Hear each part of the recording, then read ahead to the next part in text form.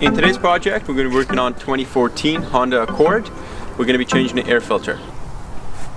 So we're going to start off by removing 3 clips off of the filter itself. So we have 1 clip located at the back of the filter, and we have 2 located in the front of the filter.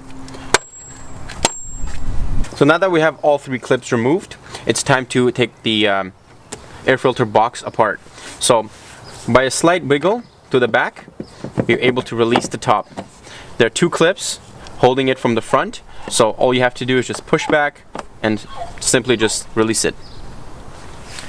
And now that you have the air filter box open, remove the filter, and in this case this filter is outlived its life, so we're gonna go ahead and discard of this filter. My buddies at Rogers Auto Center were able to provide me with the replacement filter. It's not an OEM, but it is just as good. It works just as good, and it is, I guess, affordable. And it's better to get an affordable filter and change it often than get an OEM and not change as often because of the price. Now that we have the old filter out, it's a good practice to actually vacuum inside of the airbox for any dust or debris.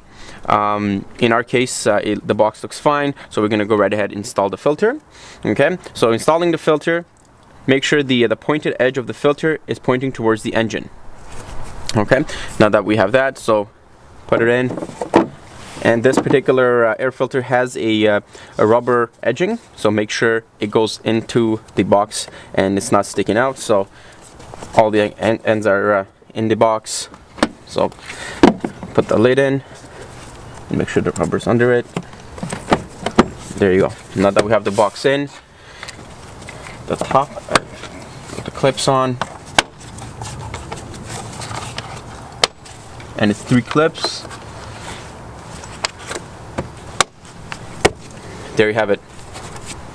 New air filter. Alright, we're all done with the filter, and you just saved yourself some money on labor for changing the filter.